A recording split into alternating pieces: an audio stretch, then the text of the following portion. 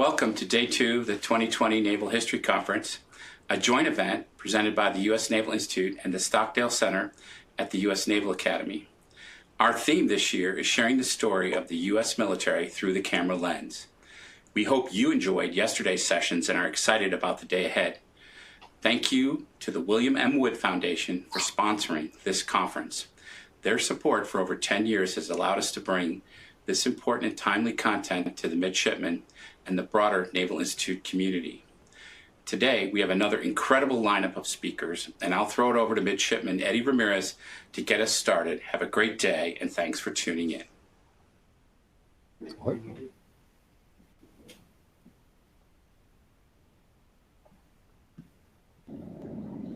Thank you, Admiral Daly. My name is Midshipman 4th Class Eddie Ramirez, and you're watching the third of our 6 webcasts for our virtual event. This morning's panel is entitled From Script to Screen, the partnership between Hollywood and the Department of Defense.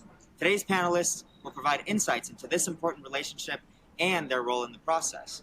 Our moderator is Dr. Sean Baker, the Assistant Director for the Stockdale Center for Ethical Leadership here at the U.S. Naval Academy, and teacher of one of the most popular classes on the yard, Philosophy at the Movies.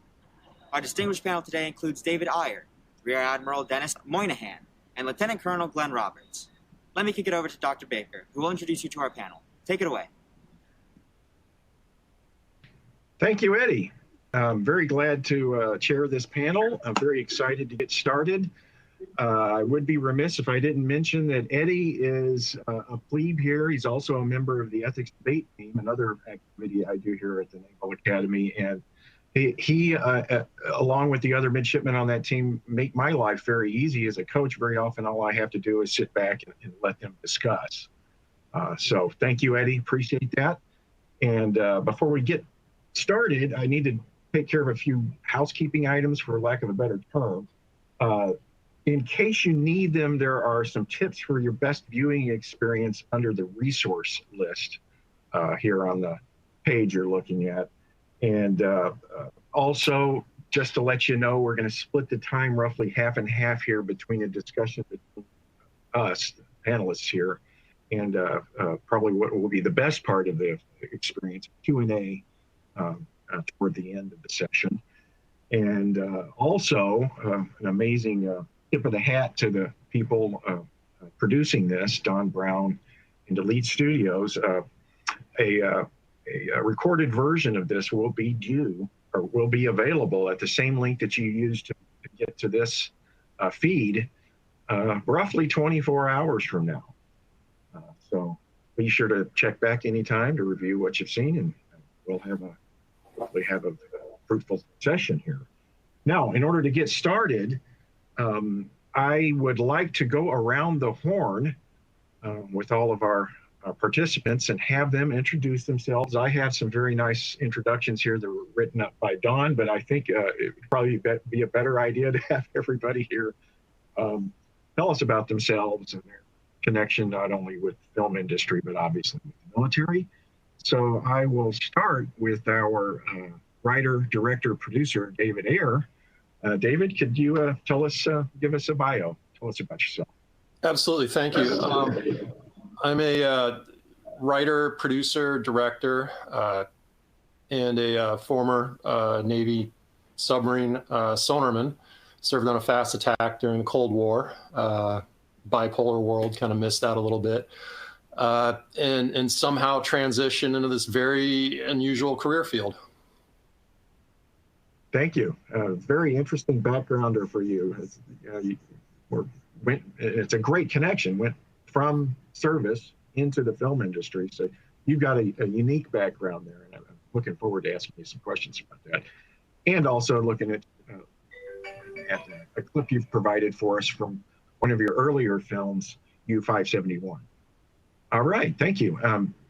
Admiral Moynihan, Dennis Moynihan, can you introduce yourself? Hi, I'm Denny Moynihan. I was Chief of Information from 2009 until 2012.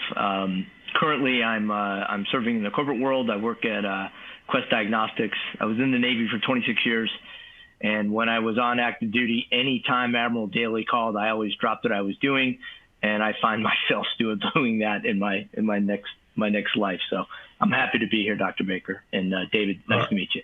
Nice to meet you, sir. You too, Denny. Thank you. And Quest Diagnostics always does my blood work, by the way. All right. We appreciate that, Dr. Baker. Thank you very much. Our third panelist is Colonel Glenn Roberts.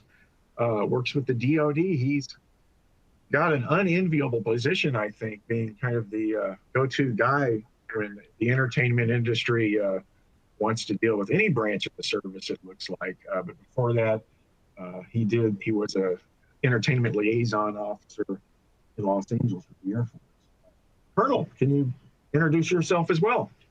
Yes, good morning, everyone. I'm Lieutenant Colonel Glenn Roberts, retired, now a civilian working at DoD. Did about 23 years on active duty as a public affairs officer for the Air Force, and my last 4 years on active duty were in Los Angeles, leading the entertainment liaison office, with working alongside our colleagues in the Navy, Army, and Marine Corps offices, as well as our Coast Guard friends, all co-located right there in Los Angeles. Great, thank you. All right, guys, so as you can see, we've got a very interesting collection of people here. We have on the one side the entertainment industry, somebody that has previous experience with the Navy, it's awesome. And on the other side, the military. And as everybody probably knows, taking part in this and watching, there's been a long history of connection between the military and the entertainment industry, going back to a film called Wings, which was, I believe, the first Academy Award winner. I did not know this about Air War. So what I'd like to do in the balance of our time, guys, is, and please try and not give me an eye roll when I say this. That goes for the audience too, but I'd like to, if I can, get some war stories. Sorry, just couldn't resist. About this working relationship, because reviewing material that I've looked at, read about each one of you, this looks like it is a lot of work. And there are a lot of moving pieces in terms of objectives and criteria on both sides of the process here. And I'm kind of curious to get that insider's perspective from you guys on what this partnership involves and how important, since this is a history conference, how important accuracy is. Not only in terms of historical accuracy, but I would say technical accuracy, because I'm looking at lists of films everybody's worked on, and Colonel, you were kind enough, Glenn, you were kind enough to provide a long list of films, and I'm very impressed with the breadth of genre in those films. It's everything from what you would expect, movies having to do with military operations and military life per se, to superhero films. We've got Iron Man 1 and 2, and other films like that. So I'm really curious to see what all is involved in this, and what all is involved in the decision-making process, whether or not to get involved with a film project. So I know that's a long-winded preface. I would like to start with Mr. Ayer and ask you, once you've decided on a film project that has something to do with the military, either tangentially or directly, what kinds of steps do you have to go through in order to get the cooperation of the DoD and the several branches of the military? And could you step us through some of that and maybe give an example? Absolutely. It's interesting because you're talking about the institution of the military, which has to tell its story in the correct way. And in my industry, we're commercializing stories, we're commercializing narratives in order to sell them to a broader audience. And so,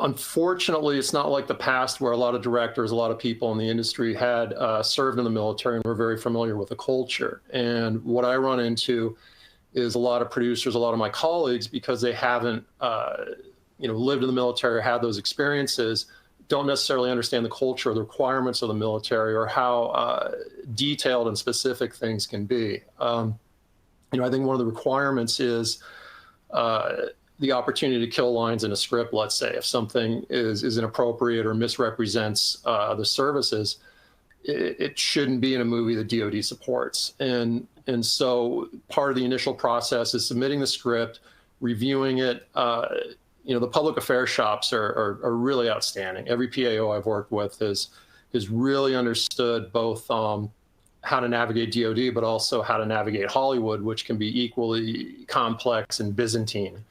One of the great experiences I had was on Fury. We worked with the Army, and I got to bring the actors to NTC, and they got to meet the armor community as it is today.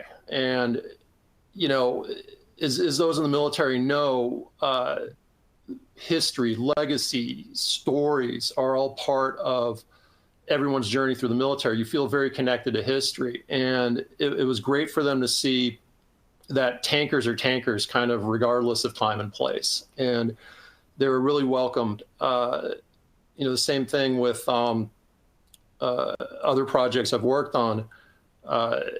It's just been incredible to get support from DoD, but you're not going to get everything you want, and you have to know what to ask for. Great, thank you very much.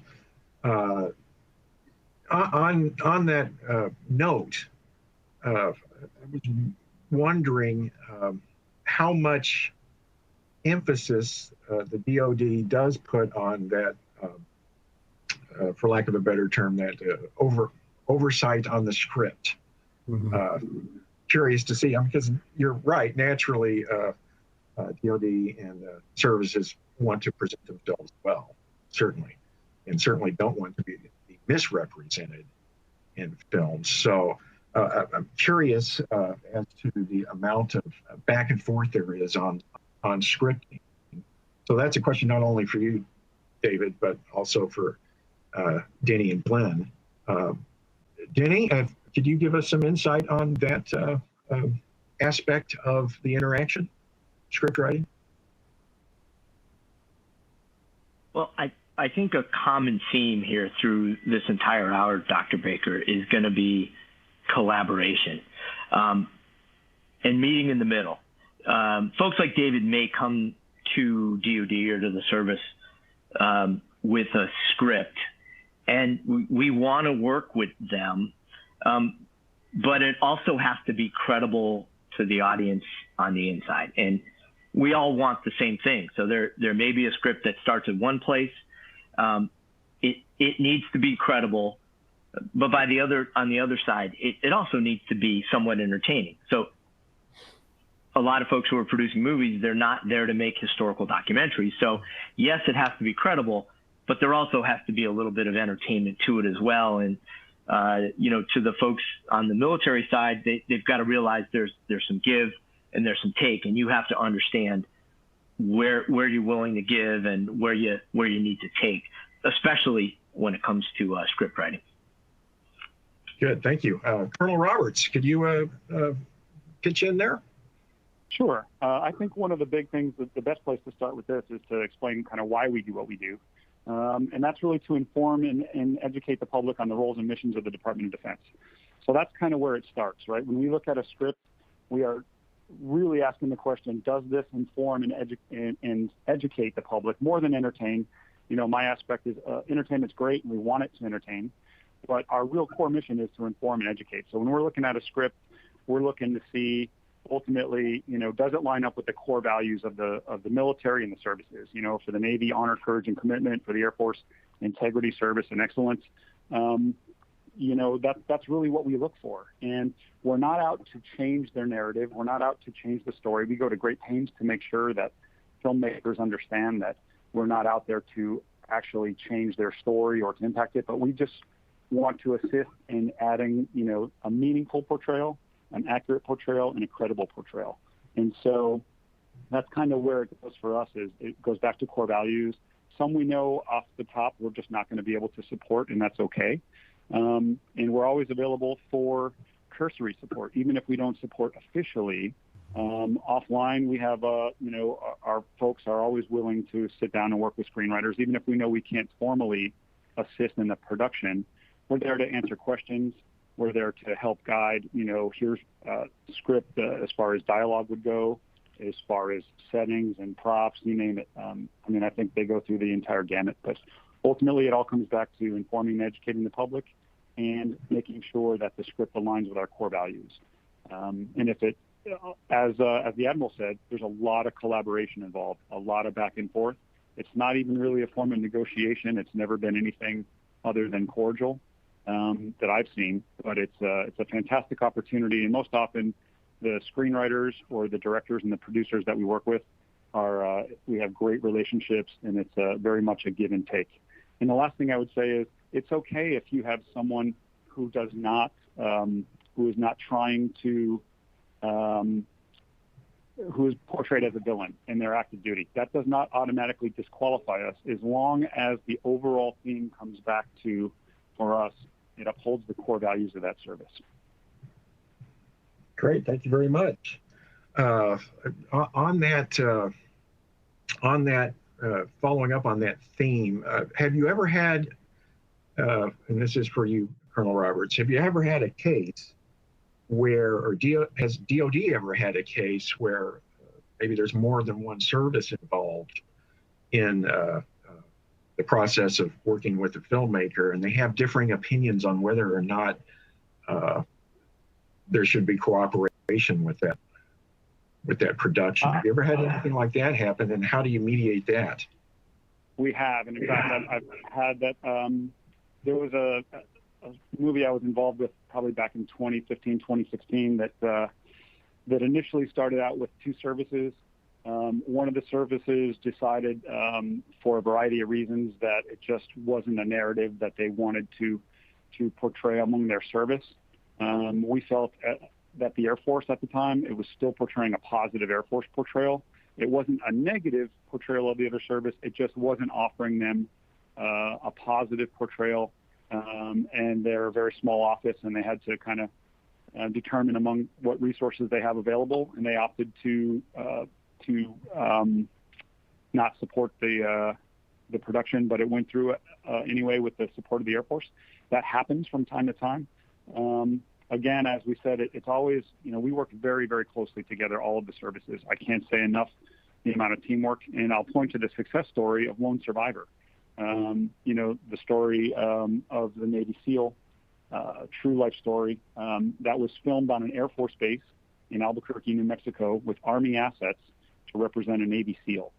So I think there's lots of great success stories. So all three services were involved in the production of that. I will tell you the majority of movies and productions that we do involve more than one service. If you look at Michael Bay's Transformer movies, I think we worked on all four of those. Most of them have multiple aspects of military service in them. And so we go to Army bases, we go to Air Force bases. We have the portrayal of Navy in there throughout. So it's a fantastic partnership. And I would tell you, as the Admiral said, the collaboration is something that you just can't foot stomp enough. That is actually integral to the success of what we do in informing and educating the public. Thank you. And it must be an unenviable task on your part to coordinate all of this. You've got people like Dave on one side and various services on the other, trying to keep it all organized and everybody happy. David, that brings me back to you. So you were generous enough to provide us with a clip from one of your earliest efforts, a movie called U-571. We'd like to show the clip, but before we do, I'm curious as to what your thought process was leading up to the scripting for that film, and what your objectives were in producing that film. Absolutely. It's an interesting project. When I was hired, I was a junior screenwriter. It was really one of my first films. Jonathan Mostow had written a really solid script. Now with U-571, obviously there's a lot of controversy because it depicts the capture of the naval enigma by U.S. forces, which actually didn't happen until 1944. It was captured, I believe, in early 41 by Lieutenant David Baum, who actually met and was an advisor on the film.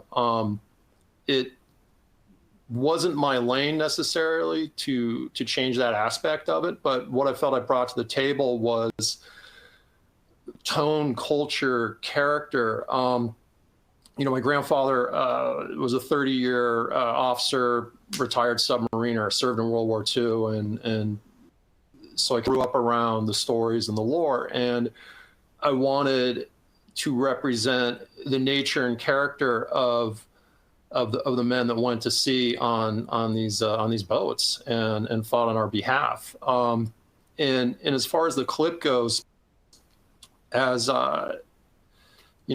Glenn mentioned, this idea of cursory support's really important. So I'd written the script, I'd written the scene that we're about to see, given it to Harvey Keitel, who's an 800-pound gorilla. And again, as a junior screenwriter, I don't have a lot of weight to throw around. And he wasn't quite sure that it was accurate. He wasn't quite sure that the dialogue made sense or was realistic. He's playing an old salty Navy chief, and that's how I wrote it. It's old school deck plate seamanship there. And the Navy let him go on a cruise on 688 out of Groton, and he's in the cruise mess, and he starts running lines. And he says one of the junior enlisted sailors there said, that's my chief. That's exactly how he talks. And I think then he kind of understood a little bit about the culture, but I think it is important to represent, the people as much as it is sort of the technical components and equipment. But if you'd like to, let's take a look at that clip. Yeah, thanks. Don?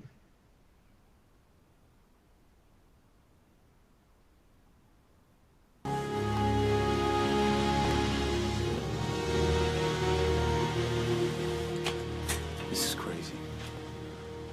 This whole thing is crazy. Just gonna lasso with a typewriter. It's not a typewriter. Hell, it ain't. It's got buttons like a typewriter. Yeah, well, it's not. Yeah, well, whatever it is, I say it's crazy to get us those killed. Navy says it's important. It's important. Navy says it's more important than you, him, me. Fine. We're gonna die trying. That ain't crazy. That's our job. Well, what I don't seem to understand, Chief, is how come you're not in charge? Just got up out of his dogroom, was kicking Tyler out of the Navy anyway, and everybody here knows that. You do that shit right now, sailor. Lieutenant Tyler is your commanding officer, and you respect that man as such. Do you understand? Yes, Chief.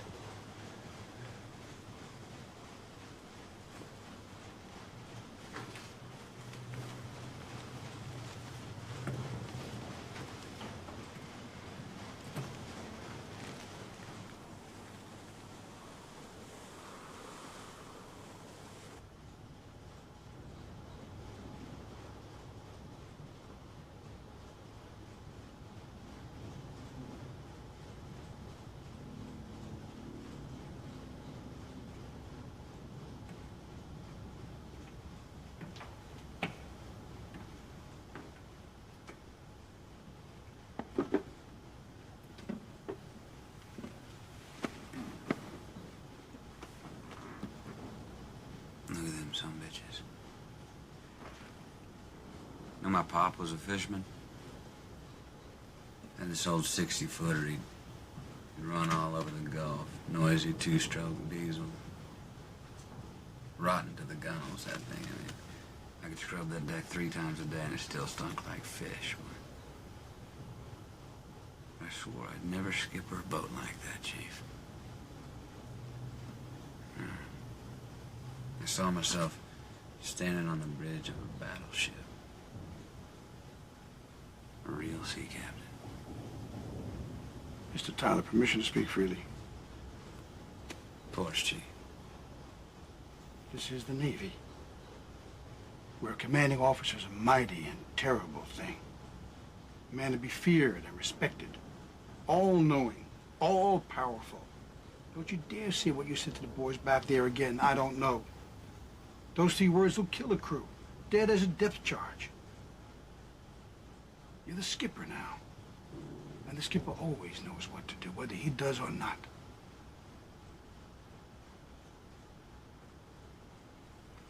Aircraft off the port bow!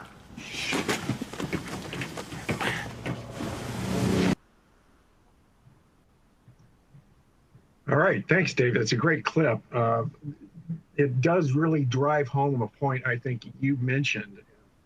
And getting back to kind of the theme of my questioning, I guess, is there's more than one aspect of accuracy that these films are driving at. And as I watched that particular film, I was aware of the departures from history in it.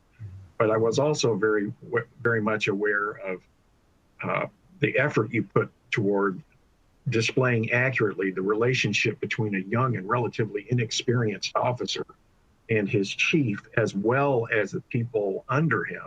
And I like the story arc in this story. You see this character gain that trust by the end of the film, in the process making a few wrenching decisions that were where lives literally hang in the balance. I think you did a great job with that in this film. And also, it's just a good ripping yarn, to use a phrase that our British friends would use, in that, they're, I'll let you tell a little bit about the story in terms of it being a good ripping yarn. The aspect where they're taking that submarine, that German submarine. Could you tell us a little bit about that storyline without getting us too far off on a tangent? Yeah, absolutely. I mean, I think they end up capturing the boat by accident, or they just wanted the Enigma, and then obviously they're in an S boat, which is an older class, gets sunk. There were no submarine on submarine actions, I believe, in World War II. But it's, for me, it's, on my boat, and if you know the submarine community, it's a little bit different in the sense of it's very close. It's very I don't want to say informal, because it can be incredibly formal, but there's a navigation of relationships between officers enlisted and the goat locker that is a bit closer and interconnected than, say, on a larger command. And there's incredible mentorship on a submarine. And you see, JOs come to the boat and how they get taken under the wings of the chiefs. It's really the chiefs that educate them in a lot of ways. Obviously, the officers, the wardroom takes care of themselves, but the chiefs, as we know, are the backbone of the Navy. And for me, it was important to that scene that he walked in with coffee. That's where the real discussions happen, over a cup of coffee. And at the end of the day, it's that human aspect. And I think Hollywood has a hard time understanding or reconciling the humanity of service people against the requirements of the mission. And, we go into harm's way, and, servicemen can be asked to do things that risk their lives. There's inherent danger in what they do. And that idea of courage, one of the core values of the Navy is facing danger and getting the job done no matter the consequences. And it's a key part of the culture and a key part of naval history. And it's just something that I really wanted to represent. And you did a good job. And it's interesting that Lone Survivor was brought up. So Denny and Glenn, I had wondered what input you had with regard to the efforts that are put forth, people you recruit on the DoD end to give the necessary kind of, as it were, instruction in that day-to-day life that Dave's talking about for script writing purposes and training up of actors. Can you give us any good use that phrase again, war stories related to that process. Admiral, you want to go first?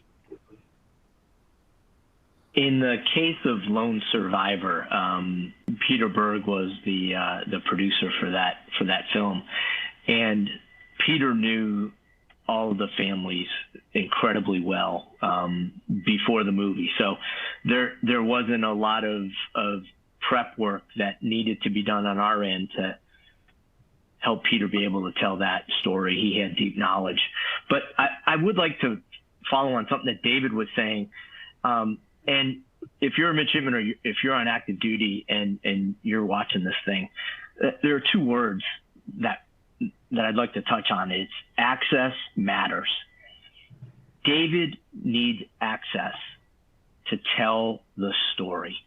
And what he said about Harvey going on a 688, do you think Harvey could have nailed that line that he just showed us if he didn't live that experience, however temporarily? So if you're on active duty and somebody comes to your boat or your ship like that, it's about access because it helps David tell the story.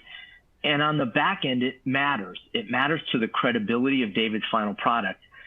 But it also matters out here in places like New Jersey, because a good story is sometimes the only touch that a young man or woman will have with the Navy, or a young parent whose mom, whose kid comes to them and says, hey, I'm thinking about joining the Navy.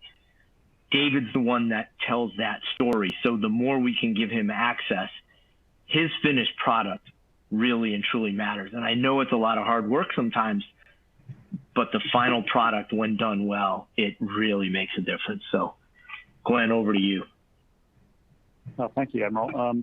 I would tell you that, for us, the beauty of this job is we get to work with virtually every aspect of filmmaking, right? We get to work for everything from locations to wardrobe to props to script to you name it. And I think the best ones that I've seen or been a part of or heard about are the times when we're invited into the writer's rooms. I think that the writer is, it's really all about the story, and everyone is important. Everyone has an important aspect of the film, but I can't overemphasize, to me, I personally believe that the writer is the most important person that you will deal with.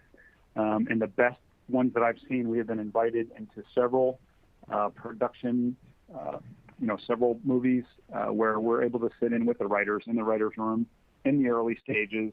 And if not, the ones who are open to general suggestion, right? We don't insist always that, hey, he has to say this or she has to say that. But as David, indicated earlier, it's about credibility and authenticity. And I think no one does that better than the folks that are on active duty. So certainly, our office is very small. We're not subject matter experts in everything out there.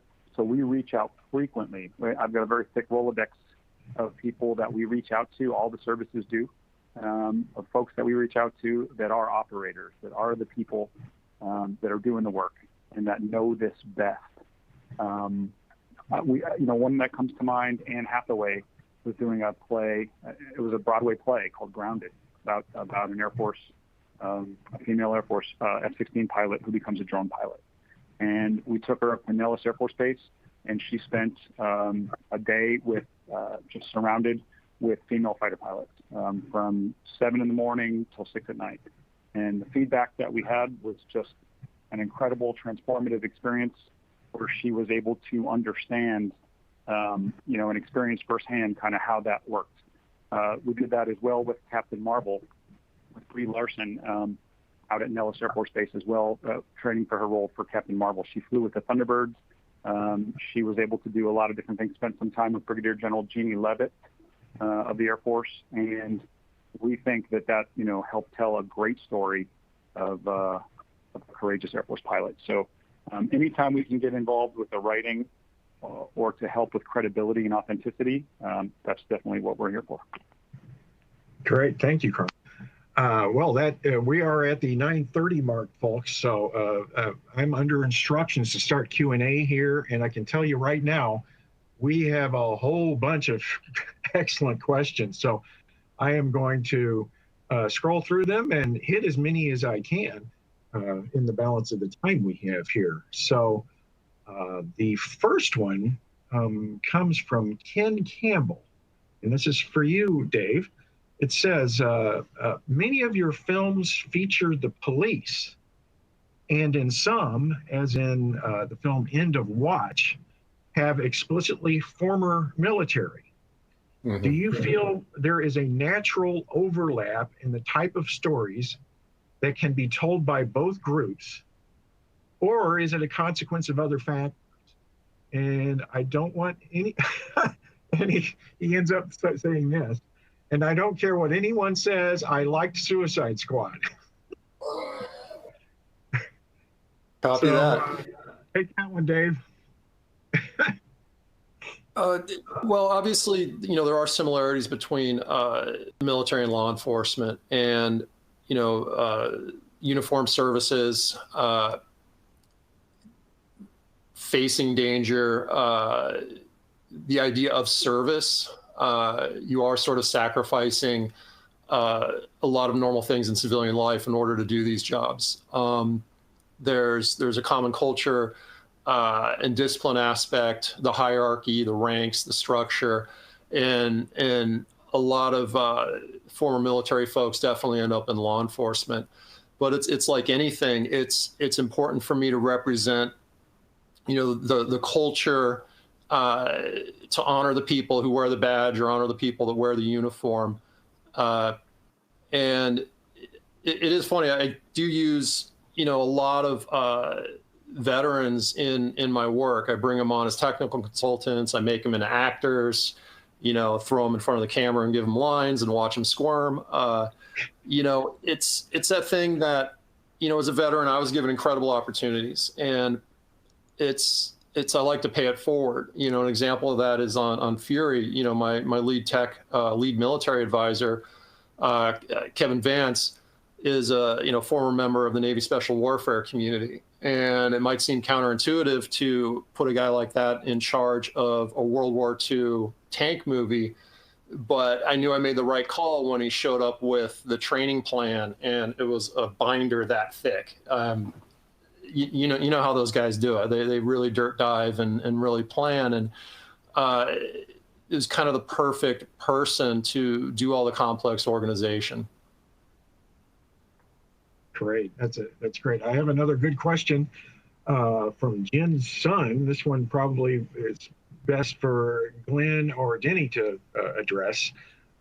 She says, "Good morning, all. I was wondering whether or not there has been a scenario when a military branch reached out to screenwriters with their own narrative, and are the permissions the same to create this kind of movie? And do screenwriters have the same enthusiasm to work on a military-produced narrative?" Good question. Or set of questions.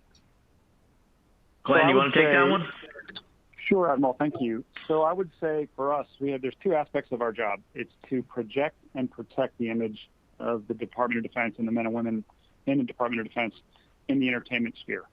So for us, the project part, we take the protect part, that speaks for itself, right? We're looking out for the integrity, but the project part, we don't ever pitch. We don't have an active pitch where I will call a studio and say, hey, have you guys thought about this?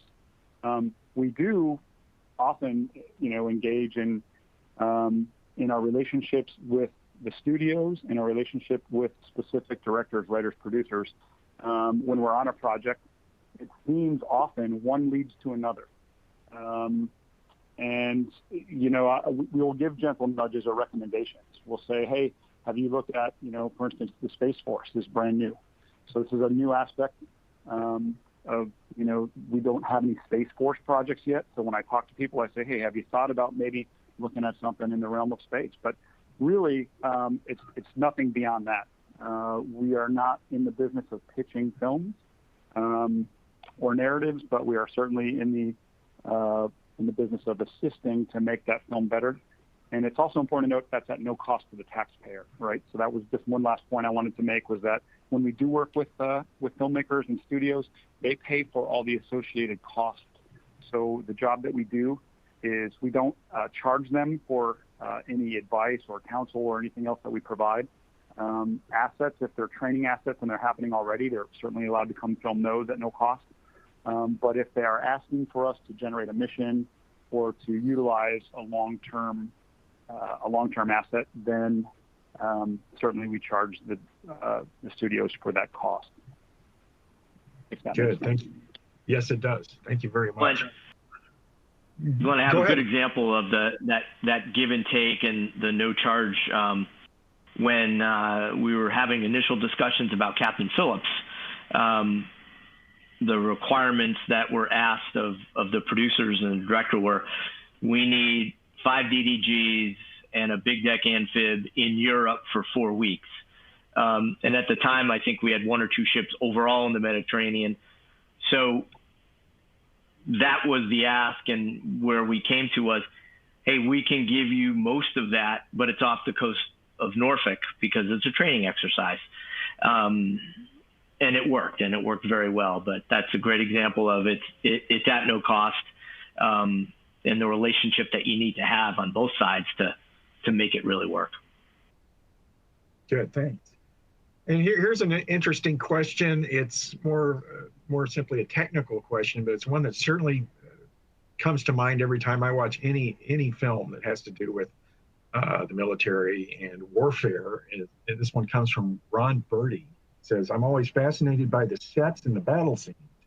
How in the heck do you find dozens of tanks or build what looks like a destroyed inner city? And I would aim a similar question to Dave. How the heck do you find the appropriate submarines for a film dealing with World War II? I'm always fascinated by this aspect of film. Well, you got to build them. We built the S-boat set. We shot it in Italy at Cinecittà Studios, and I mean, you want to talk about old world craftsmen. What they did with those sets is absolutely incredible. The production designer was Gertz Weidner, who did Das Boot. So he had that experience in constructing the submarine sets. We built the U-boat set, I think, 10% oversized because you can't detect the size difference on camera, but your hatches and passageways are that much bigger, so you can actually move crew and equipment through in a better regards. We actually found a Type 7 periscope in a scrapyard in Poland. So it was kind of fascinating to watch all these bits and bobs from all over Europe sort of coalesce onto the set. I remember, it sort of hit that, wait a second, I got these actors and they're not watchstanders. They've never stood at battle stations watch. They've never gone to sea in a submarine. And we had to train them how to look like a submarine crew, how to operate like a submarine crew. And there was a realization that the gauges, dials, and indicators weren't automated. And they have to follow the choreography of the scene. If you dive, the depth gauge has to move as you change course, rudder indicators, all that stuff. I brought it to the attention of the director, hey, this is going to be an issue for continuity on camera. And the next day, there was a gentleman wiring up electro servos to every single gauge, plugged them into a computer, and then we figured out the correct scripting of the gauges so that it was repeatable. And when you cut into the scene at any point, the gauge performance will be correct. And that's the level of detail that I believe you have to get into to accurately represent warfighting.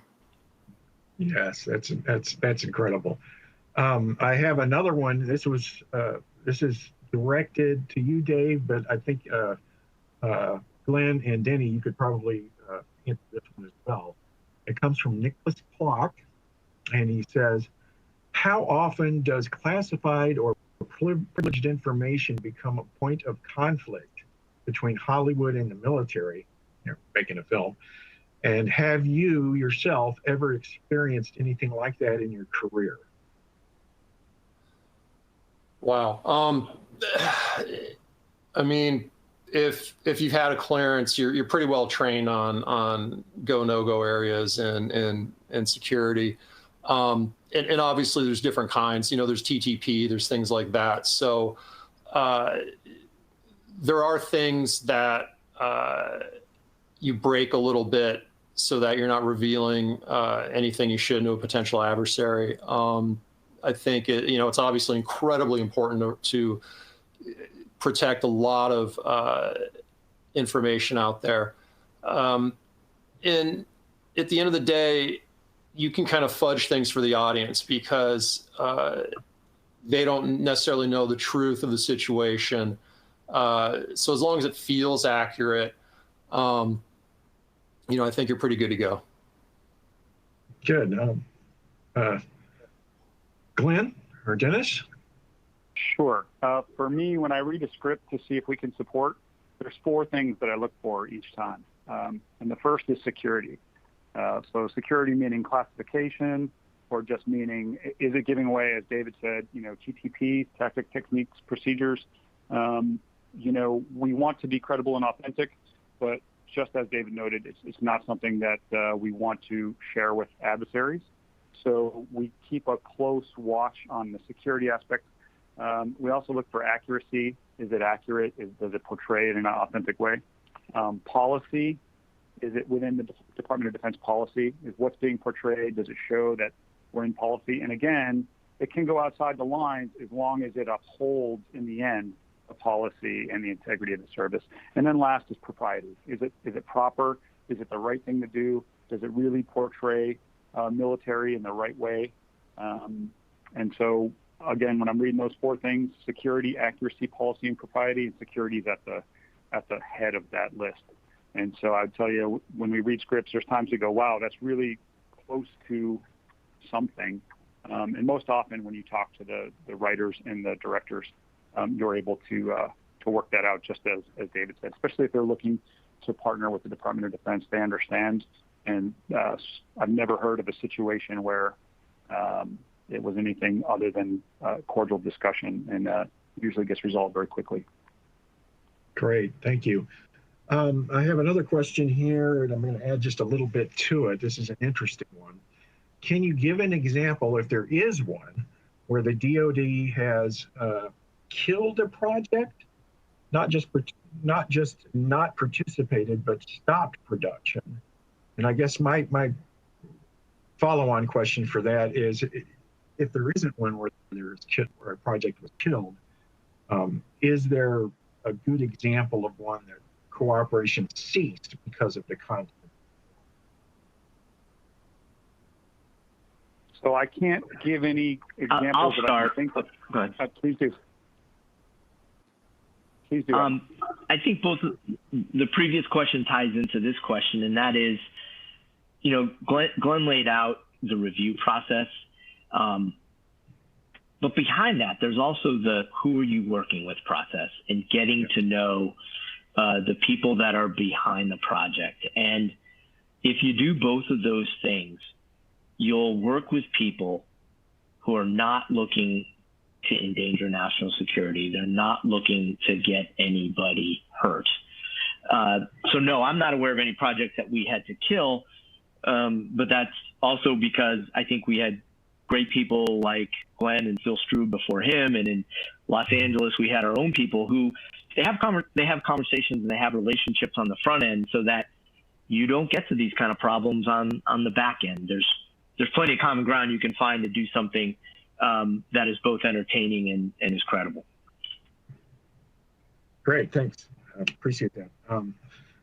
I have one more. This is an interesting one too. And this is a question for you, Admiral Moynihan.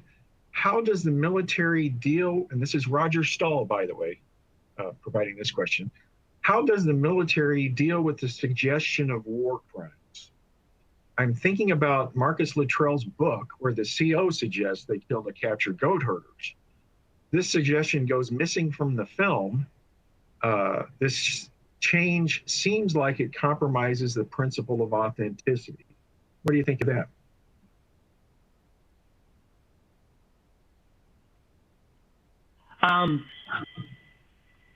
Look, it gets to again, a lot of the things that we talked about. Does it reflect well on the military? Can it be used for recruiting? And can people like David, and in this case, Peter, still tell a credible story? So is everything that ever happened in that situation reported on, including the movie? No, it's not. But I think that's okay, because in the end, you got a very credible product that certainly the service, I think, was proud of, and I think that Peter was proud of as well. So every detail, absolutely not, for all the reasons that we talked about before. But I don't have a problem with that. Okay, good. And I have a question for the whole panel. It's kind of a personal reflection, I guess. I'm thinking of the film Full Metal Jacket, Stanley Kubrick's Full Metal Jacket. If you ask me to cite one film that I found to be the most disturbing in terms of how it does portray a service, I'm thinking that's the one for me. I think it, for my gut reaction to the thing is, I've watched it several times. The portrayal of the Marine Corps is harsh. I'm wondering what all of you would do if you were given a hypothetical situation where you're given a script that strikes you the same way. What would the process be like to work with the scriptwriters or the producers or whoever it is that's offered this up as a potential story to tell? How would you go about addressing their need for authenticity, which I suppose is what Kubrick thought he was doing, with a need to be, as it were, a bit more fair to the service in question? I know that's a very broad question. Anybody want to take that? If I may, what I've found, I've had scripts cross my desk with negative portrayals of the military, and what I've found is that it's not necessarily one scene or one element, but an overall disposition that feels very negative towards the services. And sometimes you can kind of recognize an underlying agenda beneath it. And for me, it's just not something I'm going to do.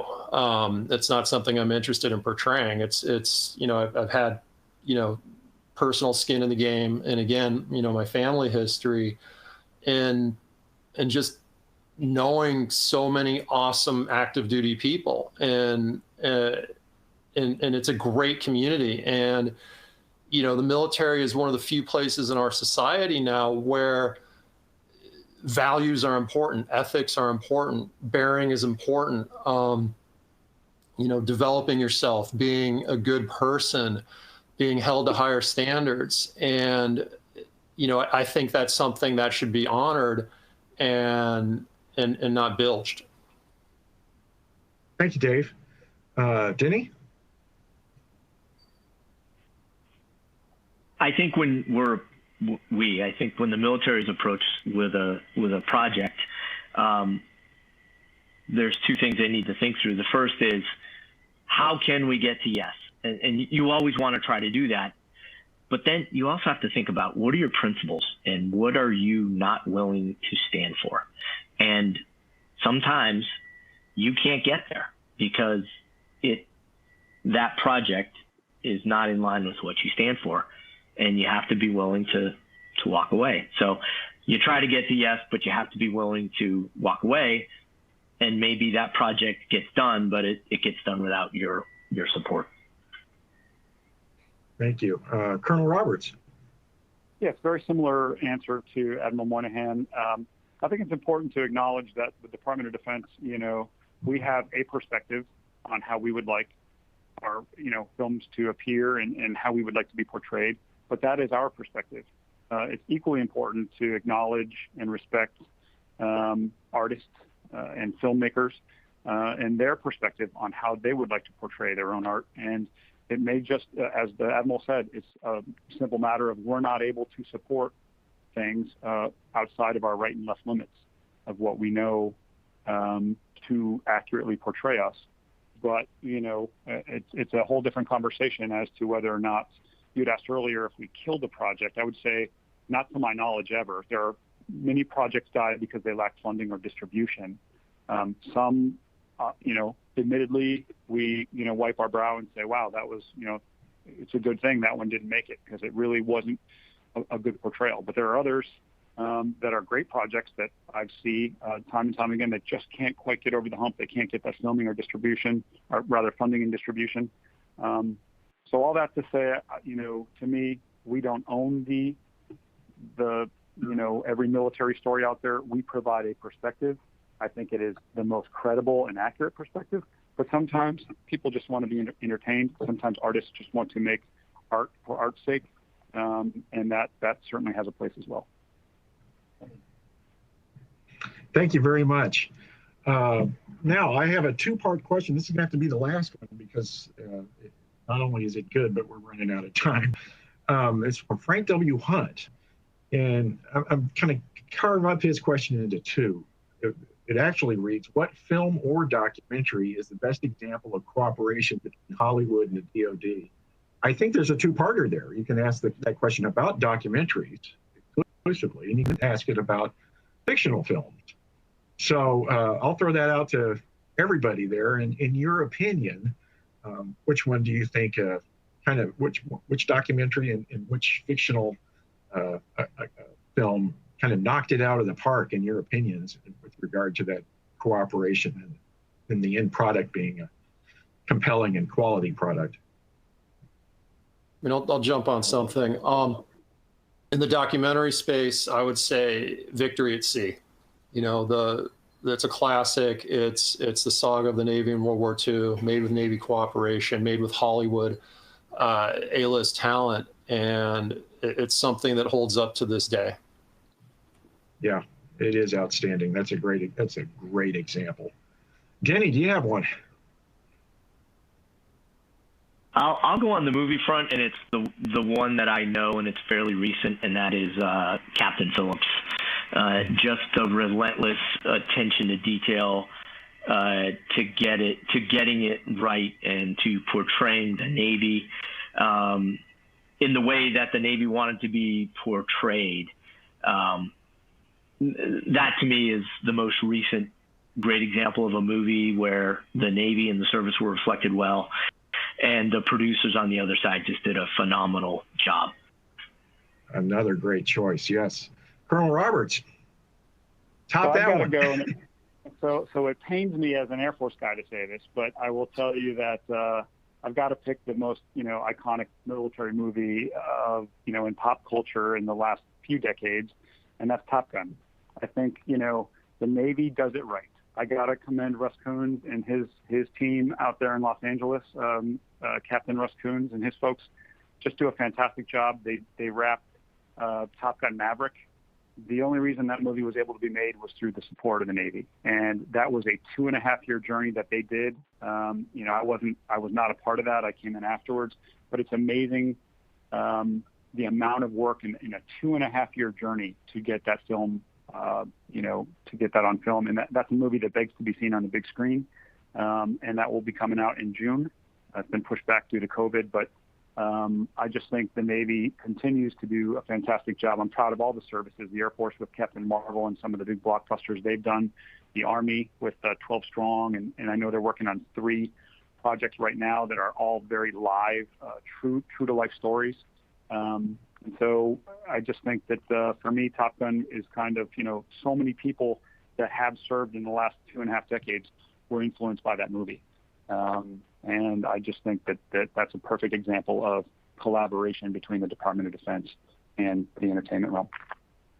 That's great. And I'll just put in my quick 2 cents.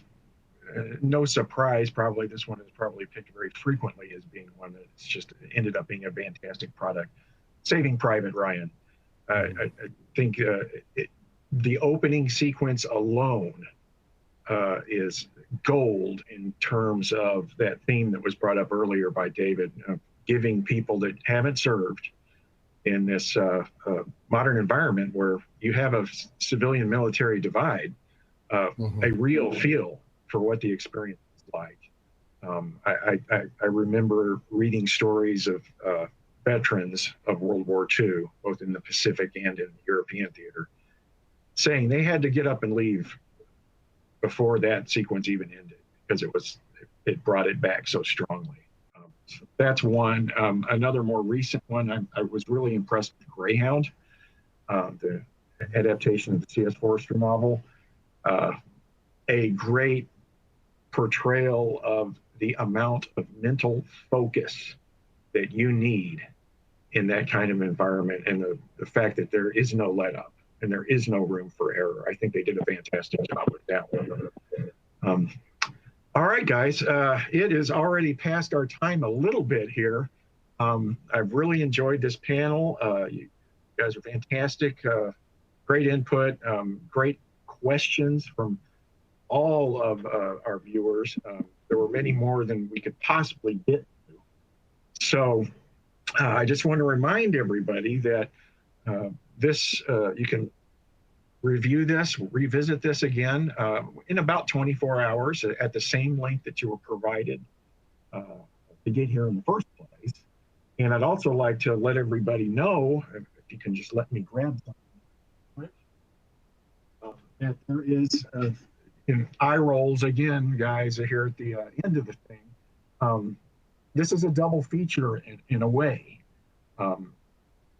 About 2 weeks ago, I recorded an interview with Heath Hardage-Lee, who is the author of this book, The League of Wives, The Untold Story of the Women Who Took on the U.S. Government to Bring Their Husbands. It's a story of Sybil Stockdale and others of the POW wives during the Vietnam War, and League of Families of POWs and Missing in Southeast Asia, and the incredible work they did. Not only countering North Vietnamese propaganda, but goading the U.S. government into action in regard to their husbands. This is being made into a motion picture, as with as people have mentioned to me in email. COVID's kind of thrown everything, a loop into everything.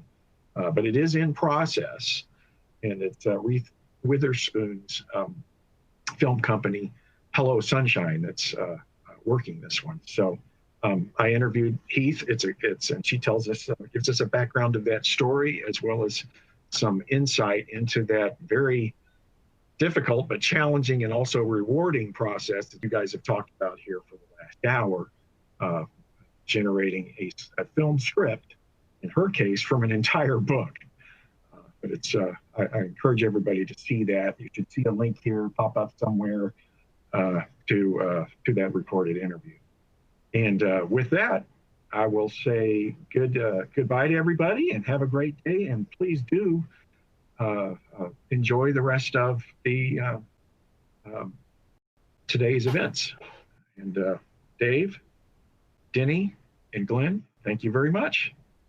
Thank you very much. Thank Thanks, you. Dr. Baker. It was a pleasure.